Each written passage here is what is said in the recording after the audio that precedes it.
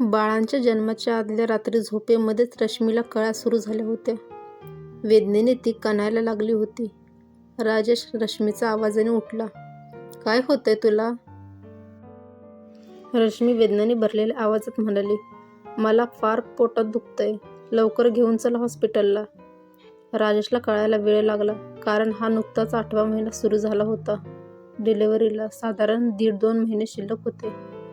पण तिचा त्रास बघून त्याने हॉस्पिटलला फोन केला आणि डॉक्टरांच्या सल्ल्यानुसार त्याच वेळी राजेशने रश्मीला हॉस्पिटलला हलवले. डिलिव्हरीकरिता रश्मीची आई पुण्याला आलीच होती, त्यामुळे राजेशला त्यांचा आधार होता. हॉस्पिटलच्या आत शिरताच डॉक्टरांनी केबिनमध्ये त्यांना बोलावून रश्मीची तपासणी केली.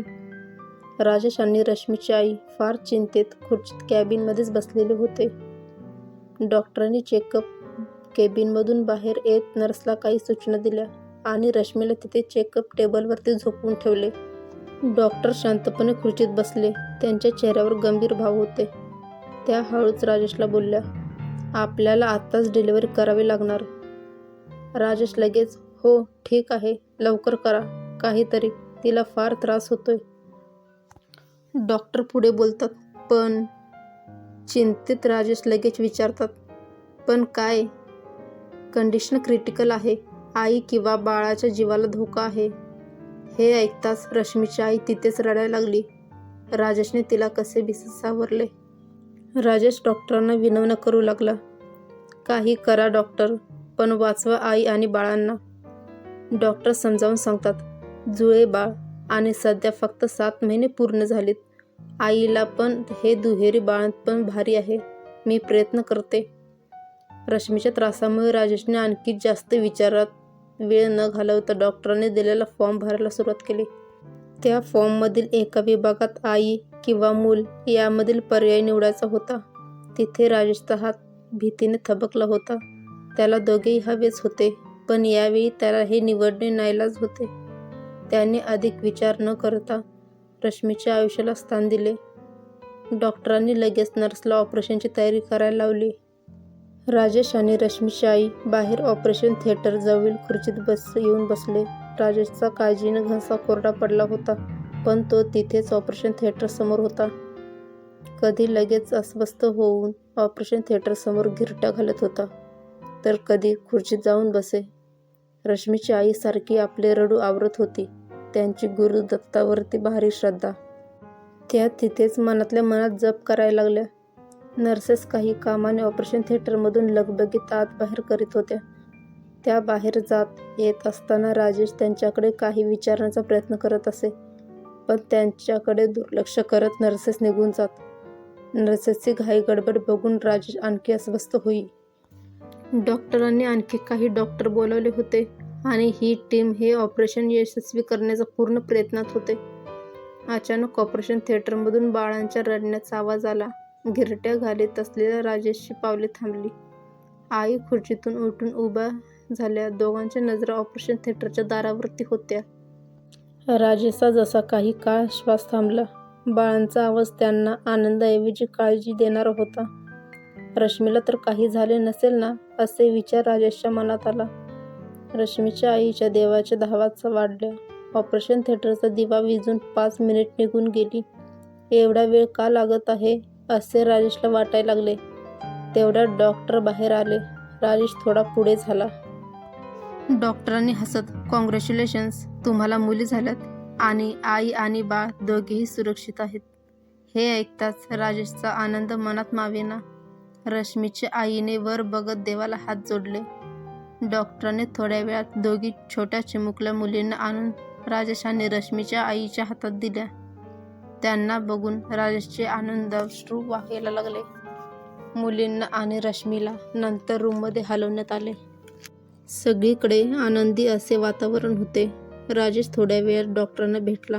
तेव्हा डॉक्टरांनी त्याला सांगितले की एका बाळाचे वजन काही जास्तच कमी आहे, त्यामुळे तिची थोडी काळजी घ्यावी लागेल. घाबरण्याची गरज नाही. सध्या ते चांगले रिस्पॉन्ड करत आहे, पण ऑब्झर्वेशनमध्ये ठेवावे लागेल. राजेशला हे ऐकून थोडी काळजी वाटली, पण डॉक्टरांनी दिलेल्या दिलासामुळे थोडा तो शांत झाला.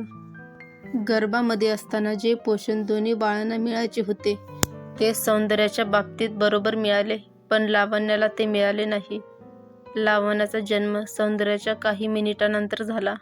डॉक्टरांना तर लावण्य जिवंत राहील त्याची पण खात्री नव्हती, परंतु त्या परमेश्वराच्या मनात काही असेल त्यालाच ठाऊक. पसरलेल्या तळ हातात मावेल इतकीच ती होती. दुपारपर्यंत बाळांना, रश्मीला बघायला राजेशची आई, बाबा आणि इतर नातेवाईक येऊन पोचले होते. बाळांना बघून नातेवाईक भरभरून स्तुती करायला लागले. आपल्या मुलांचे कौतुक जगातल्या कोणत्याही आई वडिलांना आवडेलच. तसेच राजेश, रश्मी पण आनंदात होते. दोघी मुली दिसायला अगदी हुबेहूब, फक्त वजनामध्ये काही तो फरक होता. दोघी पण गोरीपान, स्ट्रॉबेरी सारखे ओठ, सुंदर शिंपल्यासारखे डोळे. दोघी अगदी सुंदर बाहुल्या दिसत होत्या. नातेवाईकांमध्ये रश्मीची बहीण पण आली होती. तिने तर उत्साहाने दोघी सुंदर बाहुल्यांचे नामकरण करून टाकले.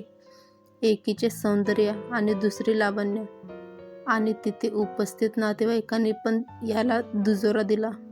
असा संपूर्ण दिवस आनंदात गेला. संध्याकाळी जेव्हा नातेवाईकांची ये-जा कमी झाली आणि जेव्हा रश्मीची आई आणि रश्मी निवांत झाल्या, तेव्हा रश्मीच्या लक्षात आले की लावण्य बराच वेळ झाला दूध ओढत नाही. प्रयत्न करून सुद्धा लावण्याला कदाचित ते शक्य होत नव्हते. ती अधूनमधून रडायला लागायची, पण अंगात त्राण नसल्यामुळे तिचा रडण्यात पण आवाज चढत नव्हता. काही काळाने संपूर्ण ताकदनिशी ती आकांत करून रडायला लागली. तेवढ्यात राजेश बाहेरून परतला. लावण्याचा आकांत बघून तिघेही फार अस्वस्थ झाले. राजेश चटकन रूमबाहेर नर्सला बोलवायला निघाला. तेवढ्यात एकदम तिचे रडणे थांबले. नर्स बरोबर राजेश परतला. नर्सने लगेच बाळाला चेक केले. राजेशला धीर देत, काळजी नका करू, डॉक्टर आलेच आहेत राऊंडवर, मी त्यांना आधी इकडे घेऊन येते. राजेश पण नर्स बरोबर निघून गेला. डॉक्टर येईपर्यंत रश्मी आणि तिची आई पुन्हा लावण्याला थोडं उचलून रडवायच्या आणि दूध पाजण्याकरिता प्रयत्नात जुळल्या. पण ते बाळ न रडता आता फक्त श्वास जोरजोराने आत बाहेर करीत मान एका बाजूकडून दुसऱ्या बाजूला नेत होते. राजेश आणि नर्स डॉक्टर बरोबर लगबगीने रूममध्ये आले. डॉक्टरांनी बाळाची तपासणी केली. डॉक्टर राजेशला सांगतात, आपल्याला लगेच या बाळाला चाइल्ड केअर हॉस्पिटलमध्ये हलवावे लागेल. हे ऐकताच राजेशच्या हृदयाचे ठोके चुकले आणि रश्मी रडायला लागली. रश्मीची आई तिला धीर देत होती. डॉक्टरांनी सांगितल्याप्रमाणे प्रत्येक क्षण महत्त्वाचा आणि त्यांच्या सांगण्यावरून बाळाला दुसऱ्या हॉस्पिटलला हलवावे लागले. डॉक्टरांनी दुसरं बाळ आणि रश्मीला त्याच हॉस्पिटलला थांबवून घेतले. एकीकडे राजेश त्या चिमुकल्या बाळाबरोबर एकटा आणि इकडे रश्मी बाळापासून दूर झाल्यामुळे आणखीच दुःखी आणि चिंतित होती. पण तिला इथे दुसऱ्या बाळासाठी थांबणे अनिवार्य होते. चाइल्ड केअरला पोचल्यावर लगेच बाळाला अतिदक्षता कक्षामध्ये नेण्यात आले. राजेशच्या हातून नर्सने बाळाला घेतले. त्यावेळी बाप्पाचे मन ते बाळ नर्सच्या हाती देताना थोडे कचकले. जेव्हा नर्स बरोबर राजेश चालायला लागला तेव्हा नर्स सूचना देतात, तुम्ही बाहेरच थांबा, आत परवानगी नाही. राजेशला आता बाळाबरोबर जायचं होतं. तो नर्सला आग्रह करायला लागला, मला येऊ द्या प्लीज. पण नर्सने पुन्हा समजावून सांगितले, विश्वास ठेवा तुम्ही, मी आहे तिथे काळजी घ्यायला, तुम्ही आत नाही येऊ शकत. राजेशला ICU बाहेरील शिपाईने थांबवले. नर्स बाळाला आत घेऊन गेली तेव्हा राजेशचा जसा प्राण काढून नेलाय असे हावभाव त्याच्या चेहऱ्यावर होते. तो शिपायाला विनवणी करून बोलला, प्लीज मी आत नाही जात, मला दाराच्या या काचेतून तरी बघू द्या. त्याचा गवाया बघून शिपायाने त्याला तिथे उभे राहू दिले. नर्सने ICU मध्ये नेताच बाळाला सलाईन लावायला सुरुवात केली. राजेश बाहेरून हे बघत होता. जशी नर्सने बाळाच्या हातामध्ये सुई टोचली तसेच राजेशच्या हृदयात टोचले गेले. त्यानंतर तर नर्सने बाळाच्या नाकाजवळ, गालाजवळ पण निडल टोचली. एवढ्या वेळ कुंतून रडत असलेलं बाळ वेदनेने जोरात रडायला लागले. हे बघून राजेशच्या डोळ्यात अश्रूच्या धारा लागल्या. बाळाला काचेच्या पेटीत ठेवण्यात आले. डॉक्टरांची टीम बाळाच्या प्रकृतीवर नजर ठेवून होते. ती रात्र कठीण होती. राजेश रात्रभर ICUच्या दाराजवळ होता. डॉक्टर काही ठाम सांगायला तयार नव्हते.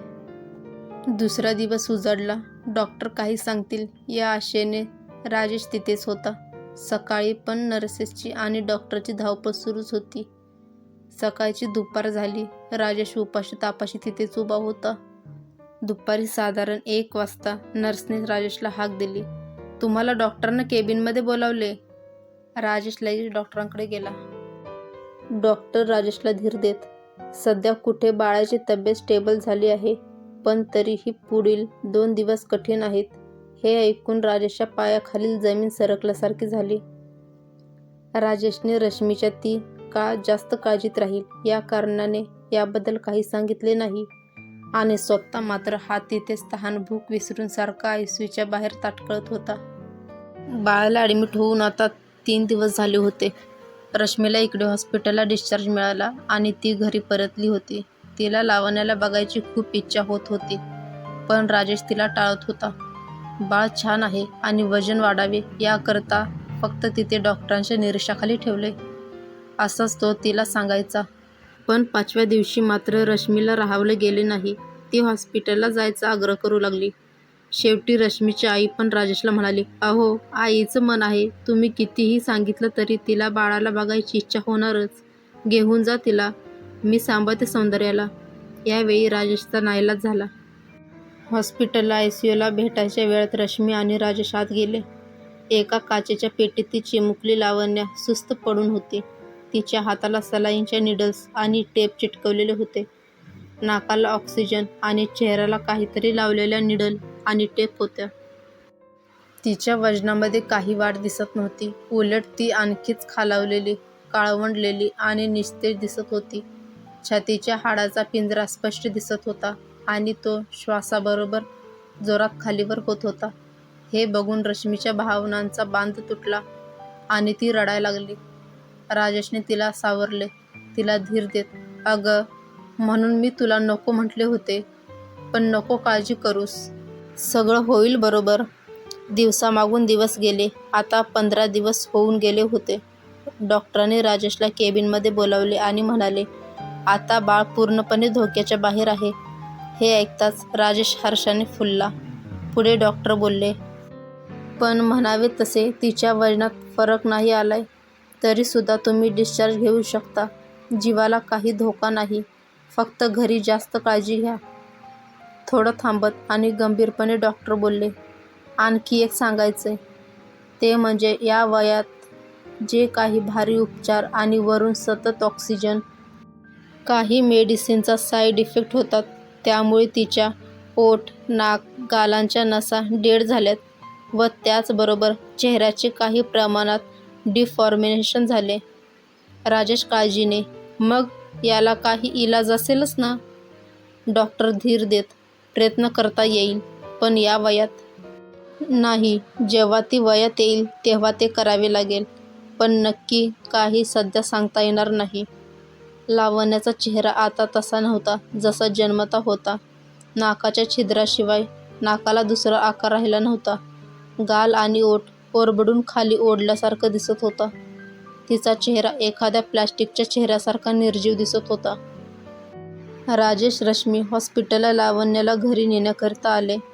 रश्मीची आई घरी सौंदर्याचा सांभाळ करत आपल्या दुसऱ्या नातीची आतुरतेने वाट बघत होती. डॉक्टरांनी सांगितलेल्या वाईट बातमीबरोबर एक मात्र चांगली बातमी होती. ती म्हणजे लावण्या पूर्णपणे बरी झाली होती. ती आता घरी परतली होती. म्हणायला तरी आता सर्व सुरळीत झाले होते. पण खरंच राजेश, रश्मी, लावण्या यांच्या दुःखाचा अंत झाला होता की सुरुवात? 2 जीव एकाच वेळात, एकाच ठिकाणी, एकाच आईबाबांच्या पोटी जन्माला आले. आईने गर्भात असताना तर त्यांच्या पोषणामध्ये काहीच भेदभाव केला नाही. मात्र नियतीने हा भेदभाव का केला असावा? हा खेळ नशिबाचा होता.